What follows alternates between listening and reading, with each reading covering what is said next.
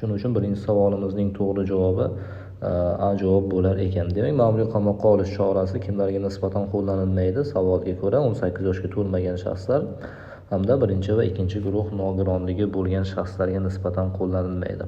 Va ehtiyot bo'lib qo'yamiz, 3-guruh nogironligi bo'lgan shaxslar, 4-guruh nogironligi bo'lgan shaxslar degan noto'g'ri variantlar ham shakllantirilishi mumkin.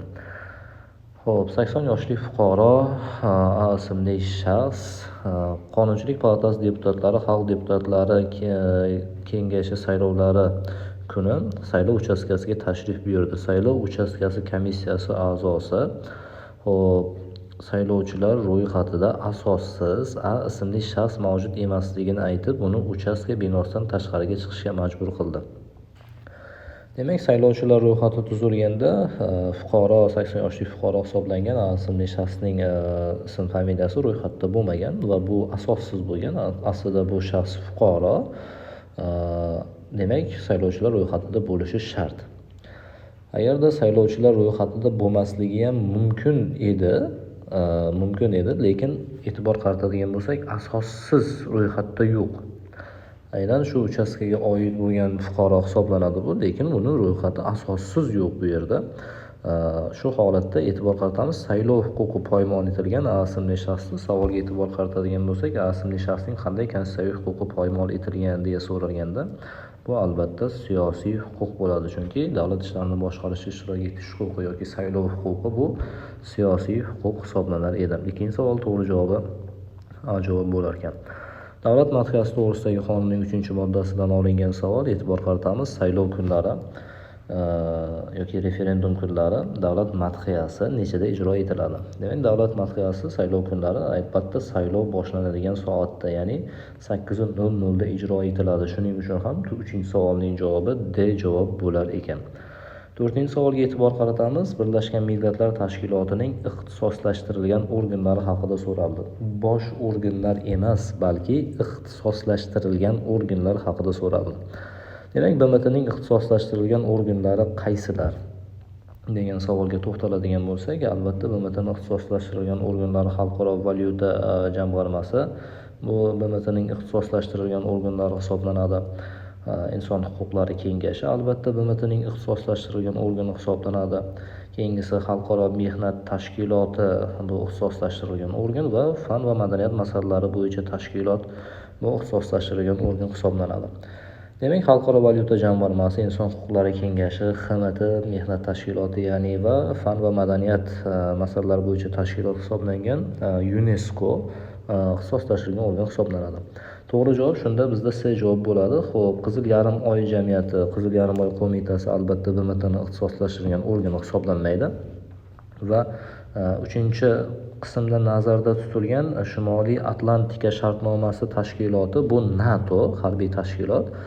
Albatta bu harbiy tashkilot ham BMTning ixtisoslashtirilgan organlari emas. Shuning uchun ham demak 4-savolda C javob 1, 2, 5, 6 BMTning ixtisoslashtirilgan organlari hisoblanar ekan. C varianti to'g'ri variant sifatida belgilaymiz. Aforizmdan olingan 5-savol. Buyuklik yo'lida mashaqqatlarni yengishda donolikdan foydalaning. Jamiki buyuk narsalar oddiy, ularni yaxlit so'zlar bilan ham ifodalash mumkin. Ozodlik, adolat, g'urur, burch, saxovat, umid. Ushbu fikr albatta Buyuk Britaniya sobiq bosh vaziri Winston Cherchill tomonidan aytilgan. Bu savolimizning javobida demak B javobini, Winston Cherchill javobini olishimiz kerak bo'lar ekan. Fuqarolik huquqidan olingan 6-savol. Fuqarolik kodeksining 30-31-moddalari, ya'ni muomalaga layoqatsiz deb topish yoki muomala layoqatini cheklash bilan bog'liq bo'lgan moddalar. E'tibor qaratamiz, to'g'ri berilgan ma'lumotlarni aniqlashimiz kerak.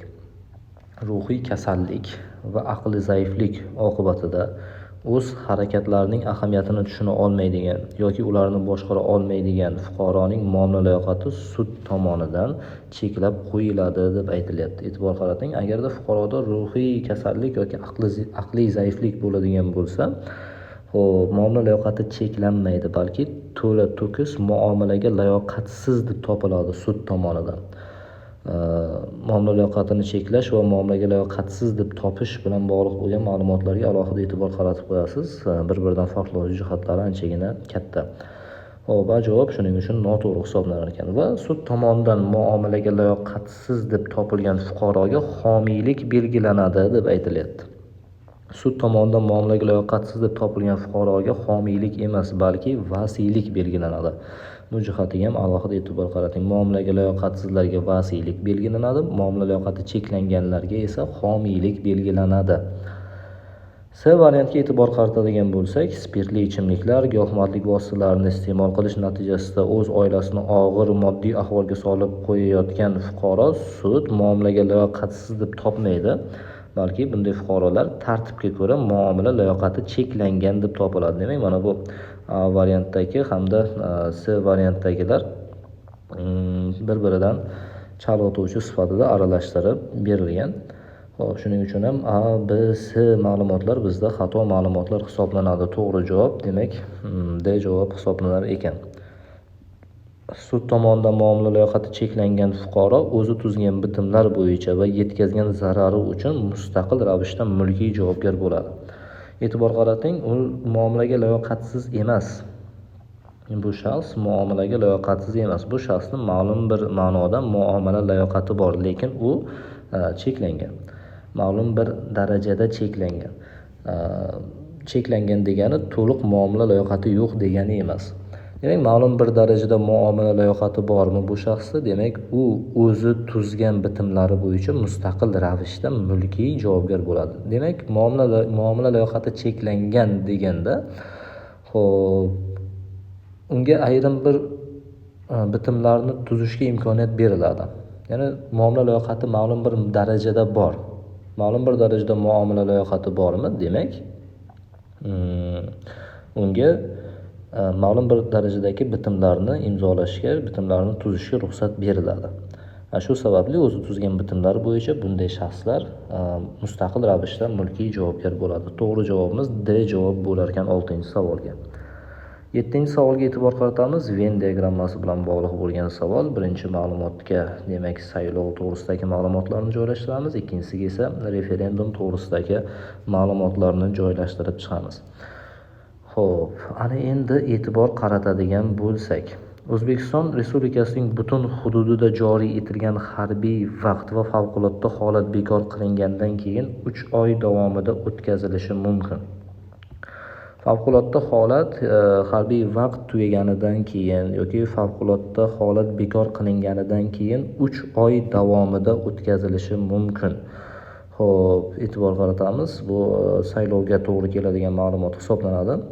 Demak, harbiy vaqt tugagandan yoki favqulodda holat bekor qilingandan keyin 3 oy davomida o'tkazilishi mumkin. Agarda harbiy vaqt tugaganidan yoki favqulodda holat bekor qilinganidan keyin 3 oy davomida o'tkazilishi mumkin emas yoki harbiy vaqtda yoki favqulodda holat davomida o'tkazilishi mumkin emas deganimizda yoki 3 oy davom ular tugagandan keyin 3 oy davomida o'tkazilishi mumkin emas deganimizda bu referendum bo'lardi. Lekin bu yerda mumkin emas deb aytilmayapti, balki mumkin deb aytilyapti. Shuning uchun ham bu ma'lumotni saylovga oid ma'lumot deb belgilaymiz. Xo'p, va keyingi holatda 8:00 dan 20:00 gacha o'tkaziladi. Albatta ikkalasi ham, saylov ham, referendum ham 8 dan 8 gacha o'tkaziladi. 8 dan 20 gacha B'ni birlashtiruvchi ma'lumotga joylashtiramiz. S ma'lumotga e'tibor qaratadigan bo'lsak, 18 yoshga to'lgan fuqarolar ishtirok etish huquqiga ega. Bu ham albatta birlashtiruvchi ma'lumot hisoblanadi. Demak, 3-raqamga B bilan C ni joylashtirishimiz kerak bo'lar ekan. Hop, shu o'rinda to'g'ri javob o'z-o'zidan shakllandi. Mana B javob to'g'ri javob bo'ladi, lekin D punktiga ham e'tibor qaratamiz. O'tkazish uchun Oliy Majlis palatalari tashabbus bilan chiqishi mumkin. Bu referendumga oid bo'lgan ma'lumot. Oliy Majlis palatalari saylov o'tkazish bilan tashabbus bilan chiqa olmaydi hech qachon.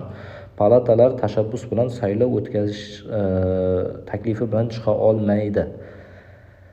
Xo'p, prezidentda shunday tashabbus bor, faqat prezidentlik saylovini muddatidan oldin o'tkazish bilan bog'liq tashabbus bilan prezident chiqishi mumkin, lekin palatalar bunday tashabbus bilan chiqa olmaydi.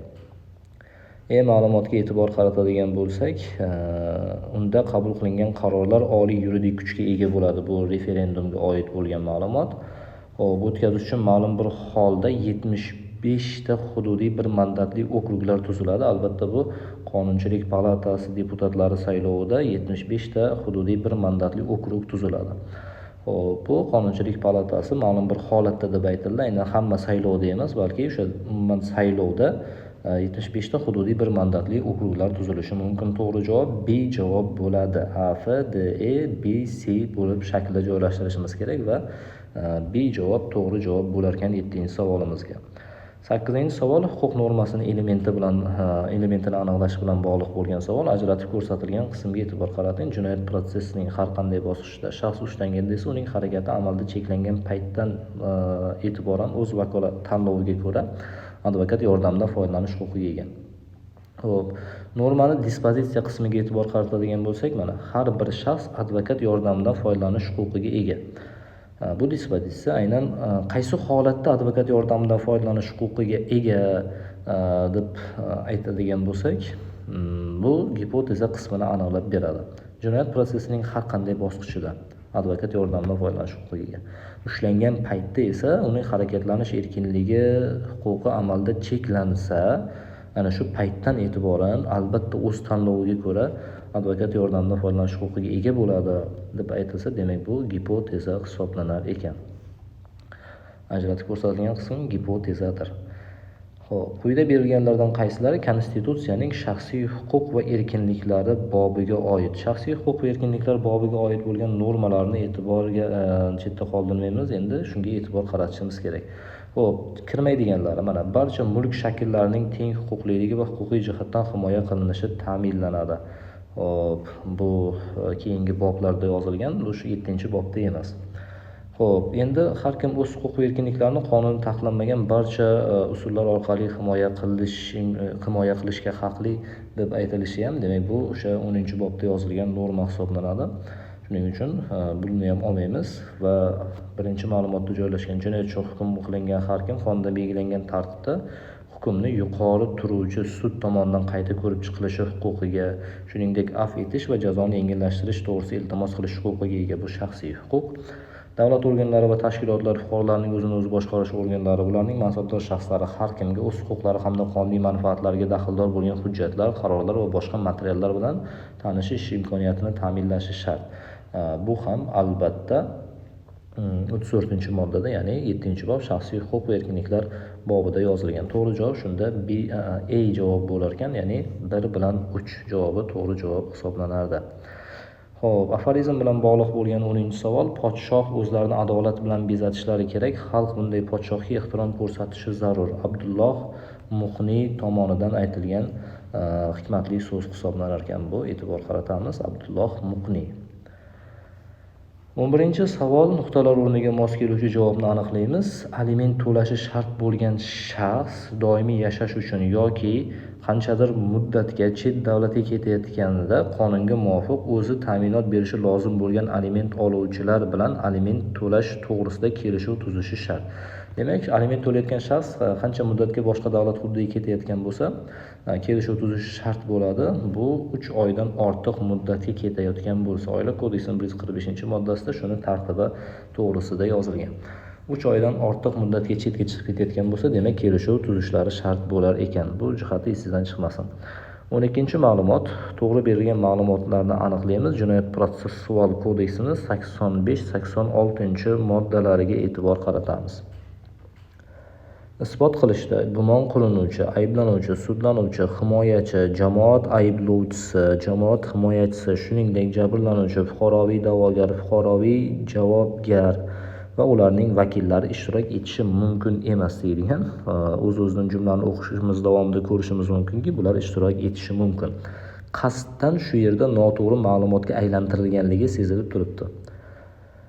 Xo'p, ikkinchi ma'lumotga e'tibor qaratadigan bo'lsak, isbot qilish ishni qonuniy asoslangan va adolatli hal qilish uchun ahamiyatga ega bo'lgan holatlar to'g'risidagi haqiqatni aniqlash maqsadida dalillarni to'plash, tekshirish va baholashdan iboratdir. Haqiqatan bu to'g'ri ma'lumot hisoblanar ekan. Jinoyat protsessual kodeksida ana shu qoida mustahkamlangan. Isbot qilishda ishtirok etishga guvohlar, ekspertlar, mutaxassislar, tarjimonlar, xolislar jalb etilmaydi deyapti. Bunda qanday qilib ekspertsiz isbot qilishlik mumkin?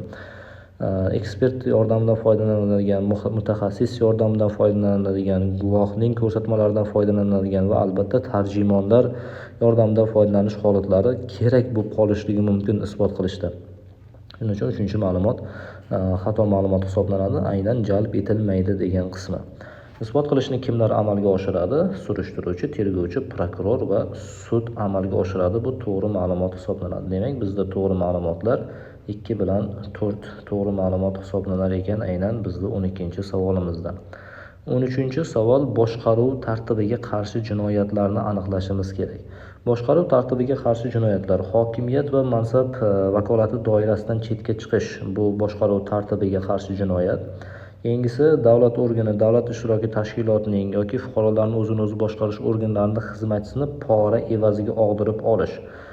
Bu ham boshqaruv tartibiga qarshi jinoyat hamda jamoat birlashmalari va diniy tashkilotlarni qonunga xilof ravishda tuzish ham boshqaruv tartibiga qarshi jinoyat hisoblanadi. Xo'p, va mana bu yerda 2, 3, 4-punktlarda yozilgan jinoyatlar esa odil sudlovga qarshi jinoyatlar hisoblanadi. Xo'p, 4-si esa iqtisodiyot sohasidagi jinoyat hisoblanadi. Xo'p, bu boshqaruv tartibiga qarshi jinoyatlar turkumiga kirmaydi. B javob 1, 5, 6 javobi to'g'ri javob bo'lar ekan. Jinoyat kodeksi maxsus qismining boblariga va unda boblarda yozilgan jinoyatlarga e'tibor qaratib qo'yishingiz kerak. Keyingi savol 14-savol bo'ldi. Quyidagi ma'lumotlarga mos yakuniy xulosa keltirilgan javobni aniqlang. Fuqarolarning o'zini o'zi boshqarish to'g'risidagi qonunning 8.9.11.23-moddalari. To'g'ri, noto'g'ri berilgan ma'lumotlarni aniqlaymiz. Fuqarolarning o'zini o'zi boshqarish organlari ijro etuvchi davlat hokimiyati organlari tizimiga kiradi. Xo'p, bu xato ma'lumot. O'zi hokimiyatning bo'linish prinsipiga ko'ra qonun chiqaruvchi, ijro etuvchi va sud hokimiyatiga bo'linardi ham. Lekin fuqarolarning o'zini o'zi boshqarish organlari bularni hech qaysi biriga kirmaydi. Na bular vakillik organi, na ijro etuvchi organ, na qonun chiqaruvchi va na huquqni muhofaza qiluvchi va na demak sud hokimiyati organi hisoblanar ekan. Birinchi ma'lumot noto'g'ri ma'lumot. Ikkinchi ma'lumot to'g'ri, ya'ni fuqarolar yig'inida 18 yoshga to'lgan tegishli hududda doimiy yashayotgan shaxslar qatnashadi. 3-ma'lumotga e'tibor qaratadigan bo'lsak, favqulodda holat joriy etilgan hududda favqulodda holatning amal qilish davrida fuqarolar yig'inining vakolatlarini to'liq yoki qisman to'xtatib qo'yish mumkin. Haqiqatan favqulodda holatda fuqarolar yig'ini vakolatlarini to'liq yoki qisman to'xtatib qo'yishlik mumkin. Bu to'g'ri ma'lumot. 4-ma'lumotga e'tibor qaratadigan bo'lsak, fuqarolarning o'zini o'zi boshqarish organlari Vazirlar Mahkamasi tomonidan belgilangan tartibda hisobga olinishi lozim. Albatta bular hisobga olinadi. Fuqarolarning o'zini o'zi boshqarish organlari va hisobga olish tartibini Vazirlar Mahkamasi belgilab berishi ham rost, to'g'ri ma'lumot hisoblanadi.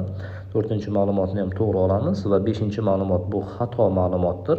Fuqarolar yig'inining raisi 3 yil muddatga saylanadi deyilyapti. Bu aslida 3 yil emas, balki 5 yillik muddat hisoblanar edi. Bu 5 yillik muddat. Xo'p, 5 yillik muddat hisoblanar ekan. Xo'p, bizda shuning uchun to'g'ri javob shakllanadi. Birinchi ma'lumotimiz noto'g'ri edi. Aynan ijro etuvchi hokimiyat tizimiga kiradi deganimiz hamda fuqarolar yig'ini raisining vakolat muddati 3 yil deganimiz noto'g'ri ma'lumot edi. Aslida fuqarolar yig'ini raisining vakolat muddati 5 yil bo'lar edi. C javob to'g'ri javob bo'lar ekan. 14-savol, 14 yoshdan 16 yoshgacha bo'lgan voyaga yetmaganlar quyidagi qaysi jinoyatlarning subyekti bo'lishi mumkinligi to'g'risida so'raldi. Necha yoshligiga e'tibor qaratasiz? 14 yoshdan boshlanadigan jinoyatlar haqida gap ketyapti. 14 yoshdan boshlanadigan jinoyatlar haqida gap ketyapti. Demak, qaysi jinoyatlarda bular subyekt bo'ladi, ya'ni javobgarlikka tortiladi shu jinoyatlari, qilmishlari uchun. Bu bosqinchilik. Bosqinchilikning subyekti 14 yoshdan boshlanadi hamda jazoni ijro etish muassasasi ma'muriyatining qonuniy talablariga bo'ysunmaslik jinoyati ham albatta bu 14 yoshdan boshlanadigan jinoyat hisoblanar ekan. 1 bilan 3 to'g'ri javob hisoblanar ekan. Davlat ramzlariga hurmatsizlik qilish, taqiqlangan ekinlarni yetishtirish esa bu keyingi 16 yoshdan boshlanadigan jinoyatlar hisoblanadi. D javob 1 bilan 3 javobi to'g'ri javob bo'ldi. Xo'p, nuqtalar o'rniga mos keluvchi javobni aniqlang. Xo'p, quyidagi ko'rsatilgan qaysi davlat organi, davlat idorasi yoki mansabdor shaxs, xullas quyidagi qaysi subyekt inson huquqlari sohasidagi O'zbekiston Respublikasining xalqaro majburiyatlarini bajarish bo'yicha davlat organlari va boshqa tashkilotlarining o'zaro hamkorligi, milliy ma'ruzalar tayyorlashni, inson huquqlarini himoya qilish bo'yicha xalqaro tashkilotlar bilan hamkorlikni kengaytirishni ta'minlovchi davlat organi hisoblanadi. Bu albatta e'tibor qarating, xalqaro majburiyat, xalqaro shartnoma, milliy ma'ruzalar tayyorlash, xalqaro tashkilotlar degan jumlalarni ishlatdik. Aynan bu jumlalar bilan ko'pincha birga keladigan davlat idorasi yoki umuman olganda javoblarda berilgan subyekt bu O'zbekiston Respublikasini milliy markazi hisoblanar ekan. Inson huquqlari bo'yicha O'zbekiston Respublikasi milliy markazi to'g'ri javob bo'lardi. 17-savolga e'tibor qaratadigan bo'lsak, davlatning tuzilish shaklidan tushgan savol. Unitar davlat va federativ davlat. Xo'p, qaysi davlatlar unitar davlatdir? Bizdagi Fransiya hamda Buyuk Britaniya unitar davlat hisoblanadi. Pokiston va Braziliya esa federativ davlatlardir. Shuning uchun to'g'ri javobimiz A javob. CD Buyuk Britaniya, Fransiya unitar davlat, Pokiston bilan Braziliya esa federativ davlat. 18-savolda iste'molchilar huquqlarini himoya qilish to'g'risidagi qonunning 29 va 30-moddalaridan olingan savol. Iste'molchilarning huquqlari buzilgan taqdirda da'volar javobgar joylashgan yerdagi sudga taqdim etilishi shart. Xo'p, bu xato ma'lumot. Agarda iste'molchilar huquqlari buzilsa, iste'molchi o'zi joylashgan yerdagi yoki huquqi buzilgan yerdagi yoki javobgar joylashgan yerdagi sudga murojaat qilishi mumkin. Ya'ni istalgan sudga murojaat qilishi mumkin. Deyarli istalgan sudga murojaat qilishi mumkin. Faqat aynan ishlab chiqaruvchi Toshkentda bo'lsa, Toshkentga borib yoki ishlab chiqaruvchi Qoraqalpog'istonda bo'lsa, Qoraqalpog'istondagi sudga borib aynan da'vo taqdim etishlari shart emas. Hop, A javob xato ma'lumot bo'lar ekan. B javobni biz to'g'ri ma'lumot sifatida belgilaganmiz. Iste'molchilar o'z huquqlarining buzilishi bilan bog'liq da'volar bo'yicha davlat boji to'lashdan ozod etiladilar. Albatta, agarda bularning huquqlari buzilgan deb topilsa, bular davlat bojini to'lashmaydi. Xo'p, B javob to'g'ri javob bo'ldi. Iste'molchilar o'z huquqlari va qonuniy manfaatlarini himoya qilish maqsadida iste'molchilar birlashmalarini tuzishlari mumkin emas deyilibdi. Bu xato ma'lumot. Iste'molchilar birlashmalari tuzilishi mumkin. D javobga e'tibor qaratamiz. Tovarlar, namunalar va ularning tavsifi bo'yicha axborot tizimlaridan foydalangan holda realizatsiya qilinishi mumkin emas deyilyapti. Bu ham qasddan noto'g'ri ma'lumotga aylantirilgan norma hisoblanadi.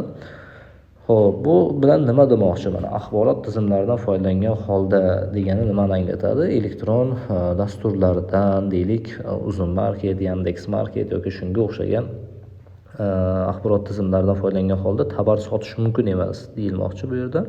Bu xato ma'lumot. Bilamizki, bizda shu Uzun Market, Yandex Market yoki boshqa shunga o'xshagan marketlar, onlayn do'konlar ishlab turibdi. Demak, mumkin. Bu xato ma'lumot hisoblanar ekan. Demak, bu savolimizning to'g'ri javobi B javob bo'lar edi. 19-savolga e'tibor qaratamiz. Mehnat kodeksidan olingan savol. Xo'p, mehnat shartnomasi 3 yildan ko'p bo'lmagan muayyan muddatga tuzilishi mumkin. Haqiqatan mehnat shartnomasi 3 yildan ko'p bo'lmagan muddatga tuzilsa, bu muayyan mehnat muddatli mehnat shartnomasi, muayyan muddatga tuzilgan muddatli mehnat shartnomasi hisoblanadi. 3 yildan ko'p bo'lmagan. Agarda buni 4 yillik qilib tuzish yoki 5 yillik qilib tuzish mumkin emas. Nomuayyan muddat qilib tuzish mumkin. Ya'ni shartnomada kelishilmaydi necha yilga tuzilganligi mehnat shartnomasini. Bu nomuayyan muddatga tuzilgan mehnat shartnomasi deyiladi. Agarda mehnat shartnomasini ma'lum bir vaqt uchun tuzish kerak bo'ladigan bo'lsa, bu ham albatta 3 yildan oshib ketmasligi kerak. Birinchi ma'lumot to'g'ri ma'lumotdir. Ikkinchi ma'lumot, agar mehnat shartnomasida uning amal qilish muddati shartlashilmagan bo'lsa, shartnoma o'z-o'zidan haqiqiy emas deb hisoblanadi deyilyapti. Yo'q, amal qilish muddatini shartlashmaslik ham mumkin. Bunday holatda mehnat shartnomasi nomuayyan muddatga tuzilgan deb hisoblanadi. Bu ham haqiqiy mehnat shartnomasi hisoblanaveradi. Shuning uchun ikkinchi ma'lumot xato. Dastlabki sinov muddati 3 oydan oshmasligi kerak. To'g'ri ma'lumot. Umumiy holatga ko'ra, umumiy tartibga ko'ra dastlabki sinov muddati 3 oydan oshmaydi. tashkilotlarning rahbarlari, ularning o'rinbosarlari, bosh buxgalterlar, xullas tashkilotlardagi yuqori mansabdagi shaxslarda esa 6 oydan oshmasligi kerakligi belgilangan. Bu ham to'g'ri ma'lumot hisoblanadi. Oddiy holatda demak 3 oydan oshmaydi, alohida holatlarda esa 6 oydan oshmaydi sinov muddati. Shuning uchun 1 bilan 3 savolimizda to'g'ri javob hisoblanar ekan. Vaqtincha mehnatga qobiliyatsizlik davri xodim haqiqatda ishda bo'lmagan boshqa davrlar dastlabki sinov muddatiga qo'shilmaydi. Deylik 3 oylik sinov muddati berilgan, shu 3 oylik sinov muddati davomida 1 oy uyda betob bo'lib yotib qolganmiz. 2 oy sinov muddatida ishtirok etganmiz. Shunda biz 3 oy sinov muddatini o'tadikmi? Albatta yo'q. Chunki 1 oy ishga bormasdan yotdik betob bo'lib. Shuning uchun o'sha muddat hisoblanmaydi. C javob to'g'ri javob bo'lar ekan. Xo'p, 20-savol. Mamlakatda 5 ta amirlik hududiy yig'indisidan iborat. Bu o'z-o'zidan ko'rinib turibdiki, 5 ta amirlik, ya'ni 5 ta davlat birlashgan. 5 ta davlat birlashganligi nimani anglatadi? 5 ta davlatning birlashganligi bu davlatning federatsiya ekanligini anglatadi. 5 amir tomonidan 7 yil muddatga saylanadigan davlatni oliy amir boshqarar ekan. Xo'p, e'tibor qaratamiz. Bu davlatda monarxiya davlat hisoblanadi bu. Xo'p, nimagaki davlat rahbari prezident emas, amir va xalq tomonidan saylanmayapti yoki parlament tomonidan saylanmayapti. Bu davlat rahbari boshqa bir amirlar tomonidan saylanyapti. Davlat monarxiya va monarx e'tibor qaratadigan bo'lsangiz, monarx saylanyapti. Shuning uchun ham bu monarxiyaning ayni qanday turi noan'anaviy monarxiya hisoblanadi. Xususan bilda parlament ham bor. Parlamentga bo'lgan saylovlarda muqobil deputatlarni saylash imkoniyati yo'q lekin. Bu o'z-o'zidan ko'rinadiki, bu davlat deylik siyosiy tartibiga ko'ra nodemokratik davlat yoki huquqqa bo'lgan munosabatga ko'ra etatik davlat hisoblanishini anglatib turibdi. Xususan bil davlati haqida bildirilgan ma'lumotlardan kelib chiqqan holda qaysi qatorda to'g'ri javob keltirilganligini topishimiz kerak. Davlat siyosiy tartibotiga ko'ra etatik davlat hisoblanadi deyilyapti. Bu o'ta xato ma'lumot. Siyosiy tartibotga ko'ra davlatlar demokratik yoki nodemokratik degan turlarga bo'linadi. Javobni umuman olmaymiz. Bu mantiqqa to'g'ri kelmaganligi uchun olmadik bu javobni. Xo'p, davlat noan'anaviy monarxiyaga asoslangan. Bu haqiqatda to'g'ri. Davlat noan'anaviy monarxiyaga asoslanadi. Xo'p, davlat siyosiy tartibotiga ko'ra fashistik davlat hisoblanadi. Fashistik davlatning aniq belgilarini ko'rmadik bu yerda. Ya'ni shu oliy bir irqning hukmronligi yoki boshqa davlatlarni bosib olishga intilish degan ma'lumotlarni ko'rmadik. Shuning uchun bu javob ham bizda noto'g'ri ma'lumot hisoblanadi. Davlat tuzilish shakliga ko'ra unitar davlat hisoblanishi ham bu ham noto'g'ri ma'lumot. Chunki 5 ta davlat birlashib bitta federatsiyani hosil qilishgan edi. To'g'ri javob B javob bo'lar ekan. Xo'p, 21-savolda prezident bilan bog'liq bo'lgan noto'g'ri ma'lumotlar ko'rsatilgan javobni aniqlang. Biz noto'g'ri ma'lumotni topishimiz kerak. Xo'p, prezident javobda haqiqatan ham o'z huzurida akkreditatsiyadan o'tgan diplomatik hamda boshqa vakillarning ishonch yorliqlarini qabul qiladi. Bu to'g'ri ma'lumot. Xo'p, keyingisi prezident chet davlatlardagi xalqaro tashkilotlar huzuridagi diplomatik hamda boshqa vakolatxona rahbarlarini saylash uchun senatga haqiqatan nomzodlarni taqdim etadi. Bu ham to'g'ri ma'lumot. Xo'p, C'da esa prezident O'zbekiston xalqiga va Oliy Majlisga murojaat qilish huquqiga ega. Bu ham to'g'ri ma'lumot hisoblanadi. Noto'g'ri ma'lumot esa prezident qurolli kuchlarning oliy bosh qo'mondonlarini tayinlaydi va lavozimdan ozod etadi, oliy harbiy unvonlar beradi deyilyapti. Bu xato ma'lumot. Chunki prezident hech qachon mamlakatni qurolli kuchlarning oliy bosh qo'mondonini tayinlamaydi. Sababi chunki oliy bosh qo'mondonning o'zi prezidentdir. Oliy qo'mondonlarni tayinlashi mumkin, lekin hech qachon oliy bosh qo'mondonni tayinlamaydi. Chunki prezidentning maqomiga ko'ra bu ayni paytda qurolli kuchlarning oliy bosh qo'mondoni hisoblanadi. D javob to'g'ri javob bo'lar ekan. 22-savol. Davlat byudjeti daromadlari to'g'ri ko'rsatilgan javobni aniqlang. Demak, bizda byudjetimizga, davlatning byudjetiga qayerlardan pul tushadi? Ya'ni daromad keladi.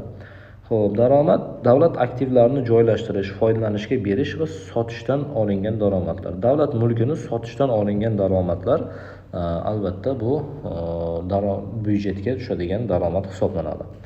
Xususiy mulkdan olingan ijaralar, dividendlardan olingan foyda. E'tibor qaratamiz, davlatning mulki xususiy mulk hisoblanmaydi. Bu xususiy mulk bilan bog'liq bo'lgan holatlarda davlat byudjetiga bevosita aloqasi yo'q.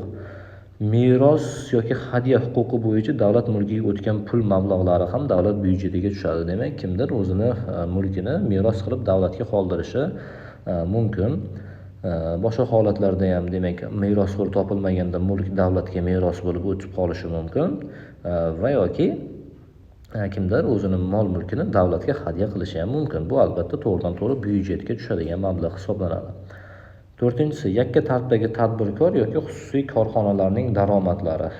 Yakka tartibdagi tadbirkorning ham, xususiy korxonaning ham daromadlari o'zlarining daromadlari hisoblanadi. Bu davlatning daromadiga aloqasi yo'q.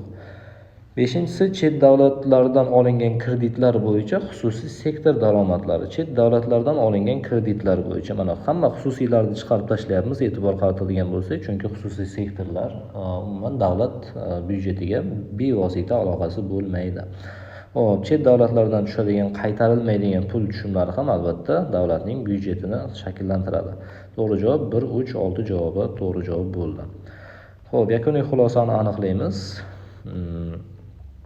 Konstitutsiyaning 114, 115 va 116-moddalaridan Vazirlar Mahkamasi o'z faoliyatini ijro etuvchi hokimiyat faoliyatini aynan prezident tomonidan belgilab berilgan asosiy yo'nalishlar doirasida amalga oshiradi. Bu to'g'ri ma'lumot. Bu to'g'ri ma'lumot. Vazirlar Mahkamasining faoliyatining asosiy yo'nalishlarini prezident belgilab beradi. Ikkinchisi, Vazirlar Mahkamasi Oliy Majlis Senatiga har yili ma'ruza taqdim etadi deyilyapti. Bu xato ma'lumot, chunki har yilgi ma'ruzalarni Vazirlar Mahkamasi Senatga emas, balki Qonunchilik palatasiga taqdim etadi. Uchinchi ma'lumotda Vazirlar Mahkamasi o'z faoliyatida Oliy Majlis va prezident oldida javobgar deb aytilyapmiz. Haqiqatan Vazirlar Mahkamasi prezident bilan Oliy Majlis oldida javobgar bo'ladi. Birinchi, uchinchi ma'lumot to'g'ri. To'rtinchi ma'lumotda esa amaldagi Vazirlar Mahkamasi yangi saylangan Oliy Majlis oldida o'z vakolatlarini zimmasidan soqit qiladi. Vazirlar Mahkamasining yangi tarkibi shakllantirilgunga qadar bosh vazir qaroriga muvofiq o'z faoliyatini davom ettirib turadi deyapmiz. Bu ham noto'g'ri ma'lumot, chunki prezidentning qaroriga ko'ra o'z faoliyatini davom ettirib turadi. Bu nima deydi? Xato ma'lumotga aylanib qoldi. Bosh vazirning qarori emas, bu yerda prezidentning qarori bo'lishi kerak. Xo'p, 5-ma'lumot, Vazirlar Mahkamasi konstitutsiyaviy normalar doirasida va qonunchilikka muvofiq O'zbekiston Respublikasining butun hududidagi barcha organlar, korxona, muassasa, tashkilotlar, mansabdor shaxslar va fuqarolar tomonidan bajarilishi majburiy bo'lgan qarorlar va farmoyishlar chiqaradi. Vazirlar Mahkamasining hujjatlari haqiqatan qarorlar va farmoyishlar edi. Xo'p, shunday ekan, birinchi ma'lumot to'g'ri, ikkinchisi noto'g'ri, uchinchisi to'g'ri, to'rtinchisi noto'g'ri, beshinchisi to'g'ri bo'ldi. Demak, bizda D javob to'g'ri javob hisoblanar ekan. 24-savol. Xo'p, kimlar Qonunchilik palatasi deputatligiga nomzod etib ro'yxatga olinmaydi? Kimlarni? Sudyalar bo'lishi mumkinmi? Sudyalar bo'lishi mumkin. Sudyalar saylovda bemalol qatnasha olishadi. Birini olmaymiz. Lekin qurolli kuchlarning harbiy xizmatchilari deputatlik saylovlarida nomzod etib ro'yxatga olinmaydi va saylov kuniga qadar 5 yil mobaynida O'zbekiston hududida muqim yashamagan fuqarolar ham deputat sifatida nomzod etib ro'yxatga olinmaydi. To'g'ri javob shunda 2 bilan 4 javobi hisoblanar ekan. Xo'p, bular esa xato ma'lumotlar hisoblanadi. A javob bo'ldi 24-savolga. 25-savolda atrof muhitni muhofaza qilish, tabiiy boyliklar va biologik xilma-xilliklarni saqlash, iqlim o'zgarishiga qarshi kurashish hamda uning oqibatlarini yumshatish sohasida yagona davlat siyosatini amalga oshirishni ta'minlash albatta O'zbekiston Respublikasi Ekologiya, atrof muhitni muhofaza qilish va iqlim o'zgarishi vazirligining vakolati hisoblanadi.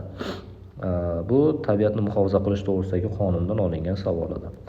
26-savol, qonun bo'yicha ikkinchi navbatdagi vorislar to'g'ri ko'rsatilgan javobni aniqlang. Ikkinchi navbatdagi vorislar.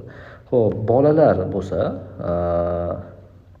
yoki ota-ona bo'ladigan bo'lsa, xo'p, yoki er yoki xotin bo'ladigan bo'lsa, bular birinchi navbatdagi vorislar hisoblanadi. Bular birinchi navbatdagi vorislar.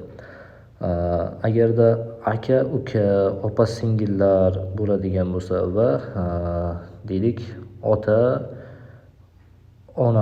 ota-onasi, ya'ni bobo bilan buvi bo'ladigan bo'lsa, har qanday holatda ham bular ikkinchi navbatdagi vorislar hisoblanadi.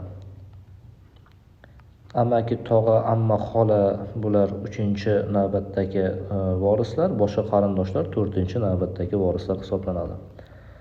Xo'p, fuqarolik to'g'risidagi qonundan to'g'ri berilgan ma'lumotlarni aniqlaymiz. Davlat va jamiyat hayoti uchun muhim bo'lgan sohalar, chet davlatning harbiy xizmatiga, xavfsizlik organlariga, huquqni muhofaza qiluvchi organlariga, davlat hokimiyati va boshqaruv organlari xizmatiga kirganligi oqibatida shaxs O'zbekiston fuqaroligini yo'qotadi. Haqiqatdan ham, agarda shaxs O'zbekiston fuqarosi boshqa davlat hududida shunday harbiy xizmatga, yuqorida aytilgan xizmatlarga ishga kiradigan bo'lsa, albatta O'zbekiston fuqaroligini yo'qotadi. Birinchi ma'lumot to'g'ri. O'zbekiston Respublikasi fuqarosi xorijda doimiy yashashiga qaramasdan 3 yil mobaynida uzrli sabablarsiz doimiy konsullik hisobida turmasa ham fuqaroligini yo'qotishi mumkin deb aytilyapti. Bu xato ma'lumot. 3 yil emas, balki bu 7 yil bo'lishi kerak edi. Bu 3 yil emas, balki 7 yil bo'lishi kerak edi. Xo'p, uchinchi ma'lumotga e'tibor qaratamiz. Shaxs soxta hujjatlar taqdim etish natijasida O'zbekiston fuqaroligiga qabul qilinganligi aniqlansa, O'zbekiston fuqaroligini yo'qotadi. Bu ham to'g'ri ma'lumot hisoblanadi. 1 bilan 3 to'g'ri ma'lumotlar hisoblandi. Fuqaro O'zbekiston Respublikasi fuqaroligini yo'qotganda, uning turmush o'rtog'i yoki farzandining fuqaroligiga ta'sir qiladi deb aytilyapti. Aslida bu qanday holatlar ta'sir qilmaydi. Turmush o'rtog'ining yoki farzandining fuqaroligi yo'qolmaydi shunday holatda. To'g'ri berilgan ma'lumotlarni aniqlaymiz. Bitimlar og'zaki, yozma, oddiy yoki notarial tasdiqlangan shaklda tuziladi. To'g'ri ma'lumot. Bitimlarni xohlang og'zaki tuzamiz, xohlang yozma tuzamiz, xohlang shu yozmani oddiy, xohlang notarial tartibda tasdiqlangan shaklda tuzishimiz mumkin. Birinchi ma'lumot to'g'ri. Taraflardan faqat bittasining talabi bo'yicha bitimlarni notarial tasdiqlash mumkin emas deyapti. Bu xato ma'lumot. Agarda siz bilan biz bitim tuzadigan bo'lsak va faqat men bitimni notariusga tasdiqlatib olamiz deb aytadigan bo'lsam, notarius tasdiqlab beraveradi. Unda bir taraf rozi bo'lsa bo'ldi, bir taraf talab qilsa bo'ldi. Ikkinchi taraf shu talabni bajarishga majbur. Aynan shu mazmundagi talabni bajarishga majbur. Uchinchisida, tuzilayotgan vaqtning o'zidayoq bajariladigan bitim og'zaki tuzilishi mumkin emas deyapti. Bunday aslida og'zaki tuzilishi mumkin bo'lgan bitimlar ko'pincha tuzilayotgan vaqtning o'zidayoq bajariladigan bitimlar bo'ladi. Deylik, do'kondan 2 ta non sotib olamiz. Do'konchiga pul beramiz, u bizga non beradi. Demak, bu tuzilayotgan vaqtning o'zidayoq bajariladigan bitim. Biz yozma bitim tuzib o'tirmaymiz unday paytda. Xato ma'lumot. Yer uchastkalari va boshqa ko'chmas mol-mulk bilan bog'liq bitimlar albatta davlat ro'yxatidan o'tkazilishi shart. Xo'p, D javob bo'ldi. 1 bilan 4-chi ma'lumot to'g'ri ma'lumotlar hisoblanar ekan. 29-chi ma'lumot nikoh tuzishga monelik qiladigan holatlar hisoblanadi qaysilar? Xo'p, e'tibor qarating. Boshqasi nikoh tuzish istagi bo'lgan shaxslarning loaqal bittasi ro'yxatga olingan boshqa nikohda bo'lsa, demak, bitta nikohga tuzish ruxsat etiladi. Agarda u shaxs yoki ikkalasi ham boshqa nikohda turishgan bo'lsa, shaxslar nikohga olinmaydi, nikoh tuzilmaydi bu shaxslar o'rtasida. Xo'p, muomala layoqati cheklangan shaxslar o'rtasida 2-ma'lumotda yozilgan nikoh tuzilishi mumkin. Muomalaga layoqatsizlar o'rtasida nikoh tuzilmaydi. Nikoh tuzish istagida bo'lgan shaxslar nasl-nasab shajarasi bo'yicha to'g'ri tutashgan qarindosh bo'lsa ham nikoh tuzishga monelik qiladigan holat hisoblanadi. Bu ota bilan qiz tasavvur qiling, bu nikoh tuzishga monelik qiladigan holat. Ya'ni to'g'ri tutashgan deganda biri ikkinchisidan dunyoga kelganlarni nazarda tutishimiz mumkin. Nikoh tuzish istagida bo'lgan shaxslar o'zaro amakivachcha, xolavachcha kabi qarindosh bo'lsa, bemalol nikoh tuzilishi mumkin bunday holatda. 4-ma'lumotda olmaymiz. Nikoh tuzish istagida bo'lgan shaxsning nikoh yoshiga yetmaganligi bu nikoh tuzishga monelik qiladigan holat hisoblanmaydi. Chunki nikoh yoshi 18 yosh, lekin bilamizki 17 yoshda ham nikoh tuzishga ruxsat etilishi mumkin. Ayrim holatlarda nikoh yoshiga yetmaganligi to'liq sabab bo'la olmaydi. Xo'p, va 6-ma'lumotga e'tibor qaratadigan bo'lsak, mana ruhiyat buzilishi, aqliy zaiflik, muomalaga layoqatsiz deb topilgan bo'lsa, nikoh tuzishga monelik qiladigan holat hisoblanadi. Shuning uchun ham 1, 3, 6 ni to'g'ri ma'lumotlar sifatida belgilaymiz. Xo'p, atamalar e'tibor qaratamiz. Jahonda mavjud davlatlar, ularda yashovchi insonlarning insoniyat oldida turgan global muammolarni hamkorlikda hal qilishda umumiy maqsad yo'lida faoliyat ko'rsatish birligini anglatuvchi tushuncha. Bu xalqaro hamjamiyat hisoblanar ekan. Davlatning ichki ishlarida va tashqi ishlarida mustaqil ekanligi bu suverenitet va xalqaro va ijtimoiy guruhlarning xalqlar, millatlar ozodligi, mustaqilligi, huquqiy tengligiga asoslangan birdamlik va o'zaro hamkorlik prinsipi bu internatsionalizm hisoblanar ekan. 7-variant tahlili shundan iborat edi.